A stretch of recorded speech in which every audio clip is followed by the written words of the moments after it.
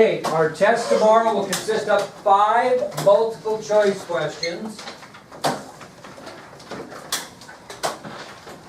How many short answers? 15. And how many matching? 20. Okay, are we ready? We'll start right over here now. I want you, not going to repeat this. You got to be paying attention. Okay, get your notes out, be ready to go. I might need to be grading you on how well you're answering your questions today. Okay. I wanted to say. Yeah. So you said you weren't going to lecture on Friday. I So I did. was gone Friday and I didn't know you lectured. So I did not get on. So you didn't get on the website? Yeah. Did I send you all a text saying I was going to I lecture? didn't get that text. I didn't get the text either. I forwarded you to that. Basically, we're allowed I to guess- have our phones. I guess AT&T and Verizon and everything else went to hell in a handbasket on Friday. I was here Friday. All right. Regardless of the pitiful phone service that we get in this state, we are having a test tomorrow. Here we go. The Civil War. Keller Rogers, give me one area that the Civil War left its mark on in the South. Shh. One area that the Civil War left its mark on the South. No, big, one part. Brooke, go ahead. Get us going. Southern Social Institute. Southern social institutions. Very good. Now, give me another one, Keller. Southern agriculture. Blaine? Economic life. Mason? Is there any more? No. So I would know the 3 areas that the Civil War left its mark on the South. That would be social institutions, economic life, southern agriculture. Okay? Mason, my man. Give me one type of individual. That's a bad way to word it. For individual southern citizens, Lincoln offered amnesty for what? What did a southern individual citizen have to do to get amnesty? Swear their allegiance back to the U.S. Very good. How about another one, Milo? They had to obey all laws, even no slavery. What type of laws? Because there's 2 different types, state and federal. What type of laws? Federal. Great, very good. They had to accept all federal laws, including those that abolished slavery. Okay, Will, did every individual southern citizen get a chance at amnesty? Yes. Mason, did they? No. Okay, go ahead and ask your question. I thought you said that the states were the ones who had to They had to, abide by the federal. their constitution, and they had to add that in the constitution. But citizens had to accept all federal laws, including, there we go. Okay? All right. Will, so you told me that individual southern citizens, all of them could be offered amnesty, and I said you were full of it. Which citizens, Will, could not get amnesty? Those that served as what? People who were treated prisoners of war. Nope. People who treated prisoners of war. Okay, unfairly. but that's one of them. Some people, all right, I'll give you that. People who treated prisoners of war poorly. How about another one? Who else didn't get amnesty? Individual citizens. Kyle? Military officers. Military officers that served in the Confederacy. And Shania, how about the 3rd type of individual that couldn't get amnesty? Citizens who resign their positions in the federal government and went and worked for the Confederacy. Very good. So Will's right. Those that treated, Southerners that treated prisoners of war poorly could not get amnesty. Kyle is right. What was the second one? Military officers. Military officers that served in the Confederate Army. And Shania is right. Which was?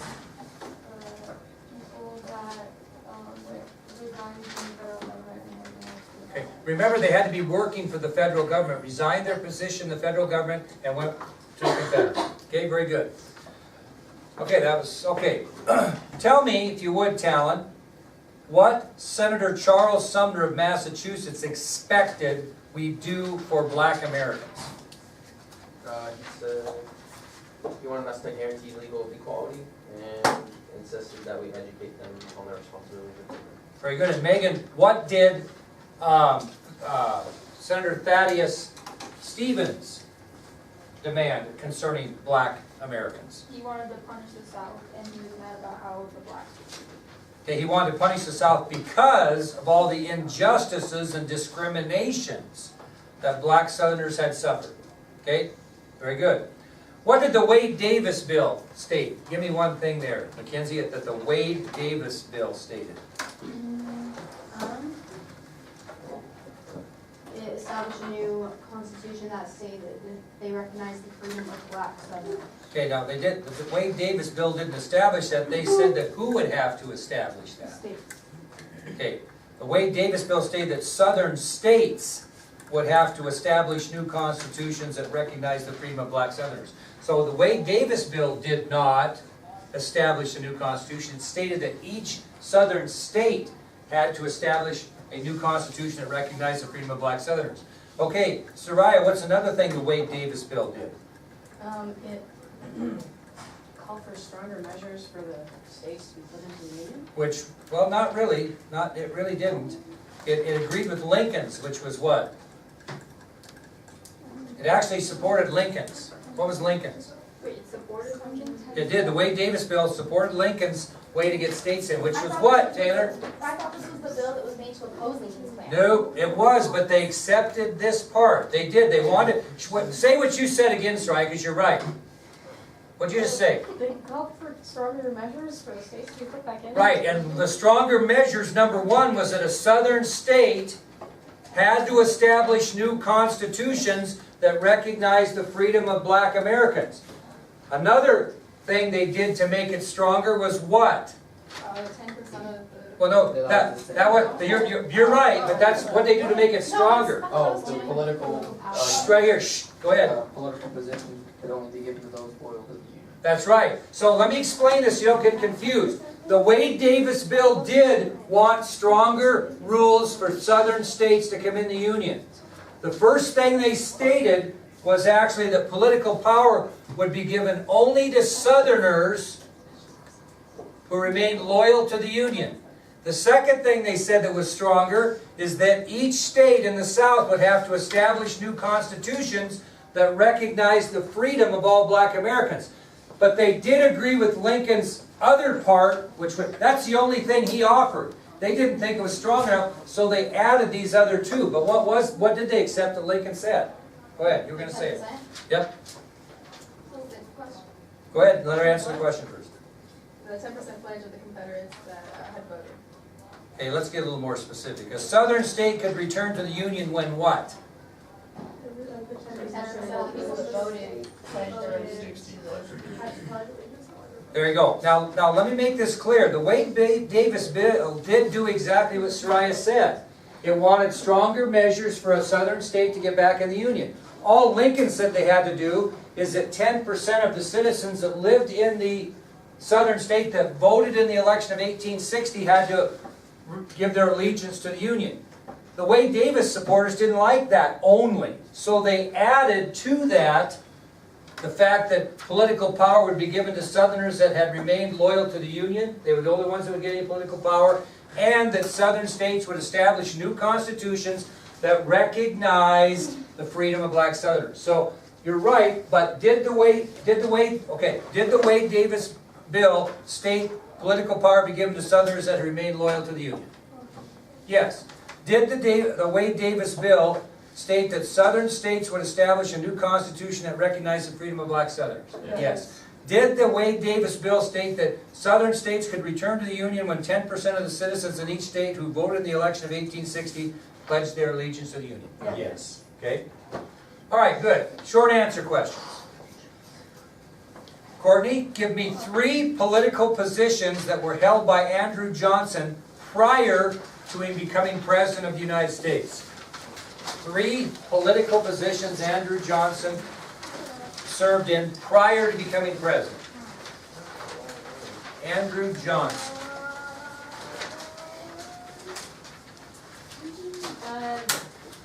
He was the mayor of his community in Tennessee, Okay. elected to the House of Representatives for Tennessee, and the governor of Tennessee. Okay, how about another one there, Bailey? I have this, but it was really the one about your son's on the paper. But he was also the senator From? from Tennessee. Okay, you have to know 3 political positions, okay? don't ever, you don't have to self-report that. You just say act like you go, hey, yeah, I know the answer. Okay. It's like if you're an umpire and you don't know where the guy's safe or out at first, woo! Even though you're wrong, they'll think you're right. Okay, all right. All right, here we go, Kylie. What two things did the Civil Rights Act of 1866 grant to all blacks? What two things? Two things that the Civil Rights Act of 1866 granted to all blacks. They granted equality, And, the right to vote for men. is that correct? That is correct. Isn't it, is it not? Oh, citizenship and equality, but the controversy was the right to vote. Yeah, there you go. What did the Civil Rights Act of 1866 grant? Citizenship and equality, very good. Now, we'll get to that. What two things did the 14th Amendment to the United States Constitution state, Madison? Two things the 14th Amendment to the United States Constitution stated.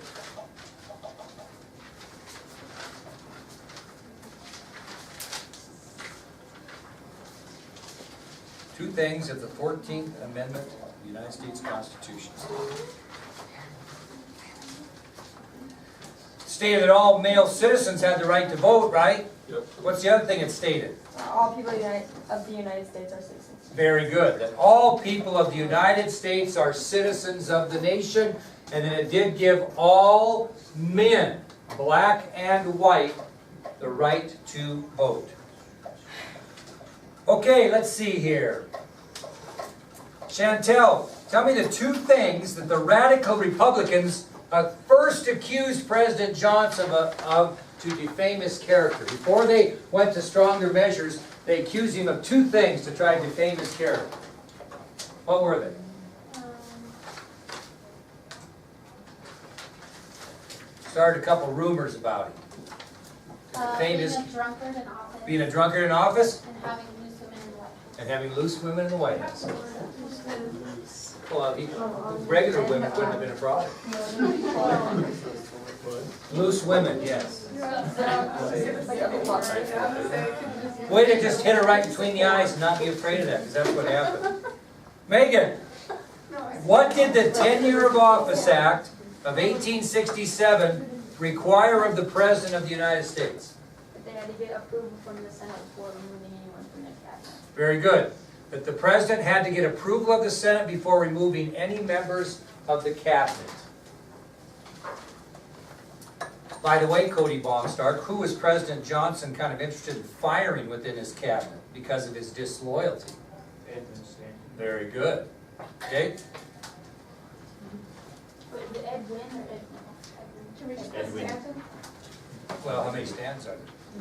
Oh, There's it was one. Katie and- What is it, Edmund or Edwin? Edwin. There is a woman. Yeah, with the last woman. Yeah, name stand. there's a list Yeah, of you remember I asked you if three they were related. Yeah, there's two stands, so be careful.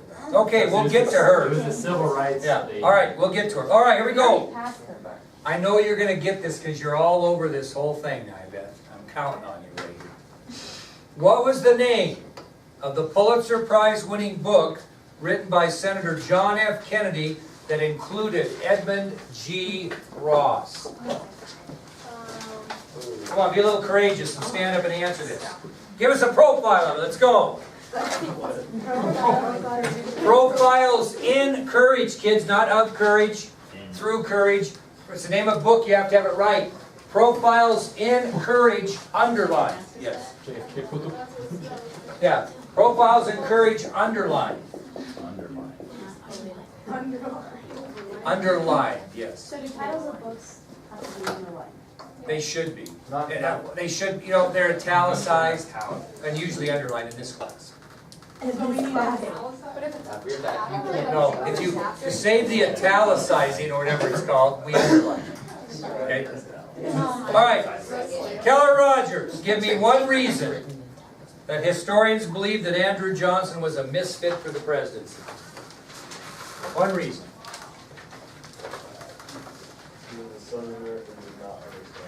Southerner who did not understand the North. Hannah, give me another one. Tennessean who earned the distrust of the South. Okay, very good. Shania, give me another one. He was a Democrat who was never accepted by the Republicans. That's right. Buck, give me another one. He's the wrong man in the wrong place. Wrong man at the wrong place at the wrong time. There's Okay? another one. You're gonna need to know 3 of those. All right, Brookie. Here you go. Matching. Who was the wife of President Ulysses S. Grant? Who was Ulysses S. Grant's wife? Shh, not Mrs. Grant. That will not be on the, one of the answers. Julia Day. Julia Dent. Very good. Shh. Okay, Chantel, who was the Democratic Party nominee in the election of 1868? Democratic Party nominee in 1868. Horatio Seymour. Very good. Yeah, I knew I was thinking the same thing. Anyway, Soraya, who was the senator who cast the deciding vote in the impeachment trial of President Andrew Johnson? And John Kennedy wrote him in his book, which we just answered. It was Edmund G. Ross. Edmund G. Ross, very good. Will, the thrill, Mortimer. Who was the senator from Kansas who committed suicide just before the impeachment trial of President Johnson? Who is that fellow?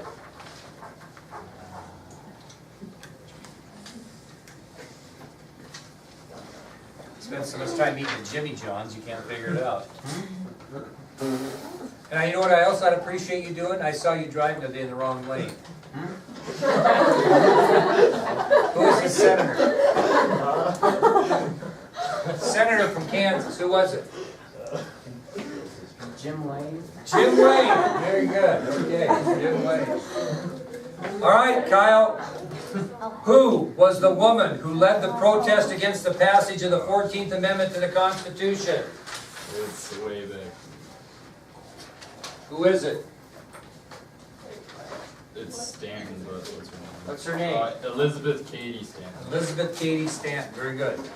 Megan, Wait, what was the question? Can you repeat it? who was the woman who led the protest against the passage of the 14th Amendment to the Constitution?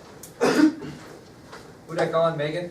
Who was the sergeant who silenced John Wilkes Booth for life? He's a not even- He was an interesting dude. Anyway. Boston Corbett. There you go. Okay, here we go, Carly. Who was the man who owned the barn that John Wilkes Booth and David Harold hid in on April 24th and 25th, 1865? Who was the guy that owned the barn?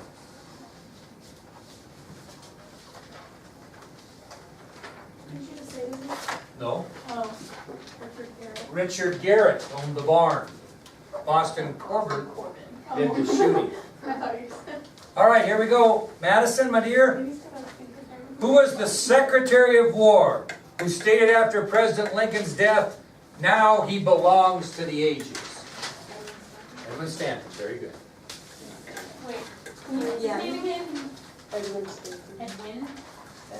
Edward. Woolery, here we go. Edward. I have Edward written down. Well, I don't even know what it Edwin. is. It's Edwin. Woolery, let's see if you can figure this one out. Oh my goodness. Who is the doctor who first cared for President Lincoln shortly after he was shot in Ford's Theater? Who was the doctor that first cared for him? Well, maybe you should go to Chuck E. Cheese and settle down a little bit.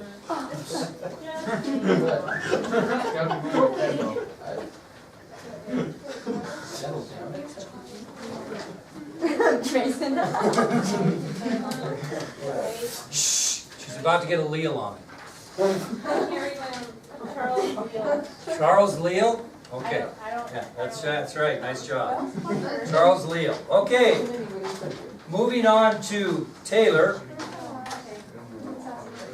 Who was the actor whose line at Act 3, Scene 2 of Our American Cousin provided the distraction needed to shoot President Lincoln? The actor. Who was the actor? Hey, was it turkey season open this week or was it hawk season? Hawk season. Hawk season? Get your hawk tag. Hardy Hopper. Something hawk. Harry. Harry. Very awesome. No, it's not hawk. You always hawk on Harry. It must be Monday. It is. Harry Hawk, very good. Okay, Bailey, here we go. Don't make me do it. Who was the young peanut vendor who held John Wilkes Booth's horse in the alley outside of Ford's Theater? Who was the young peanut vendor? Was that the Burroughs? Yeah, what was his name? Joseph Burroughs. Joseph Burroughs. Thank you for making me not go to lengths to figure that one out.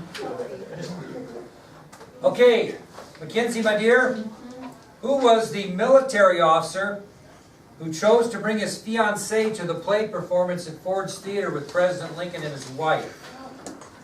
Henry Rathbone, very good. Henry Rathbone. His fiancée. Okay, Nyabeth, my dear, who was the manager of Ford's Theater who informed John Wilkes Booth that President Lincoln would be attending the play on April 14th, 1865?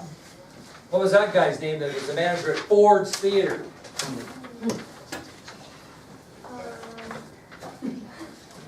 Henry. Henry? Henry Clay. Ford. Henry Clay Ford. Thank you. Henry Clay Ford. Okay. All right, here we go, Cody. Who was the first woman in American history to be hanged? Mary Surratt. Mary Surratt. Very good. You're not. Yeah, where is that? Somewhere in those outstanding notes you On have. the. All right, here we go. Buck. Who was the doctor who treated John Wilkes Booth after he shot President Lincoln? Who was the? No, I'm not waiting. Waits what broke down the bridge in Rome.